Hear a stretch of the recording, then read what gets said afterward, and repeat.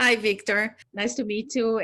Yes. We all learn this new life, Yes, I know. I just want to say, like, the movie brought some, like your film brought some my childhood memories back. Yes, I used to go. I lived in the city, but before, when I was little, I used to go to a small farm in a small city. So they have all the pigs, the chicken, and everything. It was like so. Welcome to the club. Memories. Welcome to the club. Yes. Yeah. Exactly to me. Yes, it's amazing. I want to ask you, like, why did you like decide? I love aquarela that you did like 2 years ago. I think it was an amazing movie about the water and everything.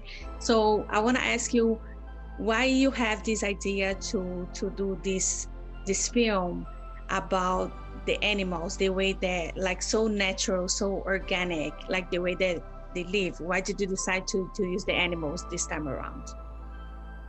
All right. I chose the most difficult question because artists always they're trying to find subject which is not obvious. I mean, obvious is to follow paths and to make film about human and to. I never understood why we don't see the animals we eat also exist as creatures. Also has emotions. They have emotions. They have feelings. They have destiny. They have soul, if you wish. I mean, if you believe in soul yourself. So, and for me, it was kind of missing link in all this, because when people have, as you said, you have great memory in childhood, and it's obviously warm memory, it's kind of nice memory, right? And it's always make you feel something beautiful about childhood and about nature and about life around you. And then we live and we have pets and we enjoy being with our cats and dogs and we love them and we cannot imagine eating them. But at the same time, we just eat other animals so easily, right? Without even thinking about it. So my focus is always on things we don't want to accept or we don't want to understand. So I'm trying to film what we don't see or we don't want to see. Kind of. All my life I'm trying to film what we decided not to see. Because it's not difficult to see what I film. It's very easy. You just have to say, it's the same as sunrise. Like, if you look to sunrise in the morning, you can say, oh, sunrise. And then you look to someone who is close to you. So in a way, it's easy to, but if I ask someone, how long sunrise lasts from, let's say, from 0 to the full circle sun, how long? Can you guess? I don't know. Honestly, I don't know. Depends, You see, Depends, I think depends on the day, depends if No, it does not. It does not. Depends on the day. You see, in a way, it's so simple. You saw it a few thousand times already, but you don't know how long it lasts. It means you didn't pay attention. You didn't pay attention that, but if you would, and you'll just look from there, then appears something, then suddenly like, and then you will say, oh, new day came for me. New day came for me. And I have to be happy for this. I have to be grateful for this, right? But we don't pay attention. So simple. It's so simple. It's part of our daily life. Every day we don't see it. No one can. I ask 1,000 people. No one knows how long it happens. No one knows. You see, we are not able to see simple things. I can tell you even more. If you ask I ask many people, what is the color of your mom's eye? What is the color of your mom's eyes? It's a good question. How is it possible? Your mom is closest person for you, and you don't see you don't remember what color was your eyes. Many people simply got shocked by this question. That's a good question. You see, this is what. So I'm looking for such simple things, which kind of in front of you, but you, for some reason, you don't see them. Or I don't know. This is what is interesting for me to do. Yeah. No, I think the way that, and also the way that everything goes, like the scenes, the sound around, everything, like so real, so natural, so, like I said, so organic, like this is the real deal. You know what I mean? Like some people exactly. do not pay attention. Thank you very much for these thoughts. Yes, and like in the beginning of the pandemic, everything was so quiet, like the streets, and then you can start like listen to the birds, listen to birds appears everywhere, right? Exactly. You notice them, right? And before we didn't pay attention to that, and then I think the movie shows that too, like that part, like that we're not paying attention to little details, to little things that on our daily lives. Also, I want to salute you on the black and white decision to do the movie. And I don't know if it was like since the beginning you have the idea to do in black and white, but why did you decide to do the black and white? I love black and white movies, so that's why I am saluting you on that. Yeah, we decided in the beginning, but it was not easy to convince the producers, and because they were afraid that no one will watch it, because it's kind of supposedly that it's more family film, it's film for kids, but half kids will watch it. Will kids watch it? I said, wait a second.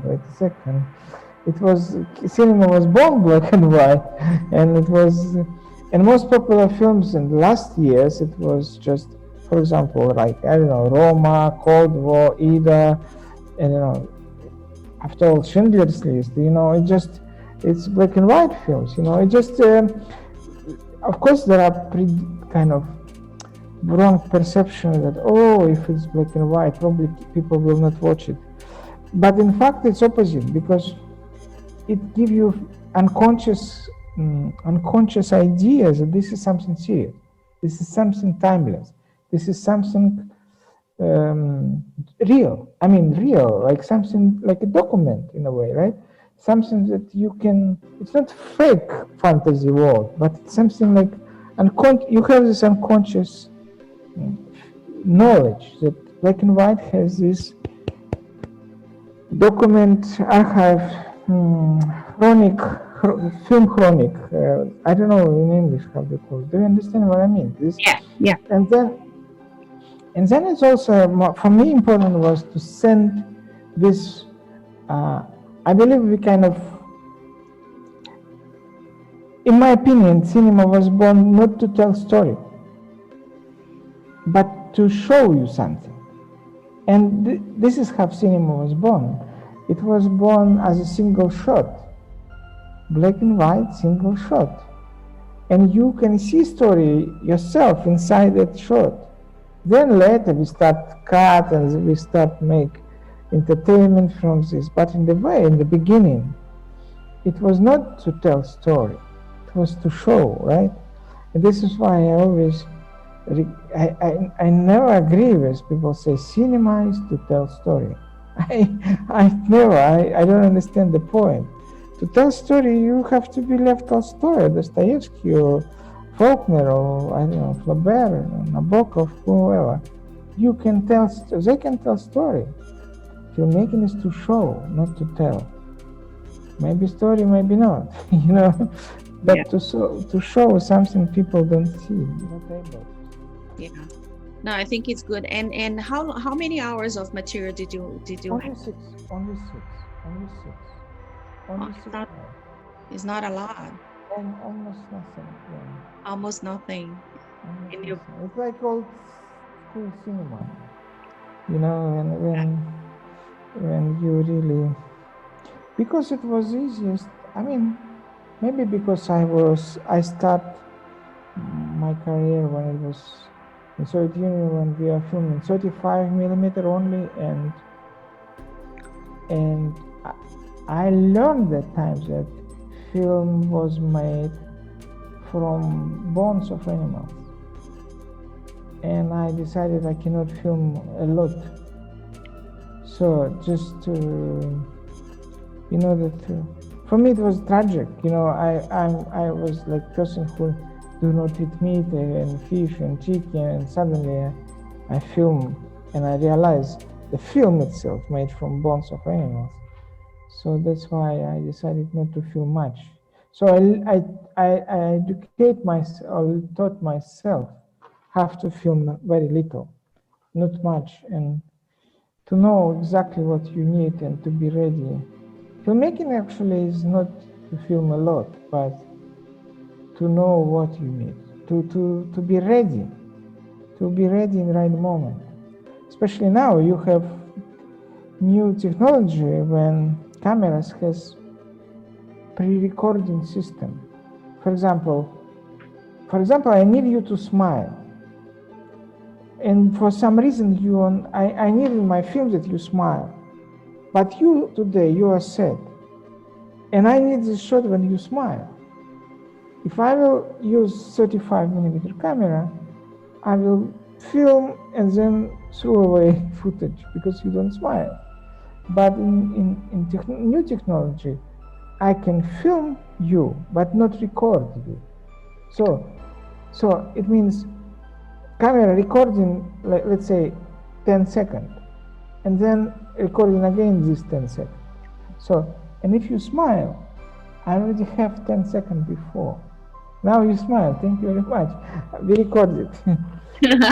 That's right. And I think like, and what was like the biggest challenge that you have, if you have any? Yeah, the only one was challenge to.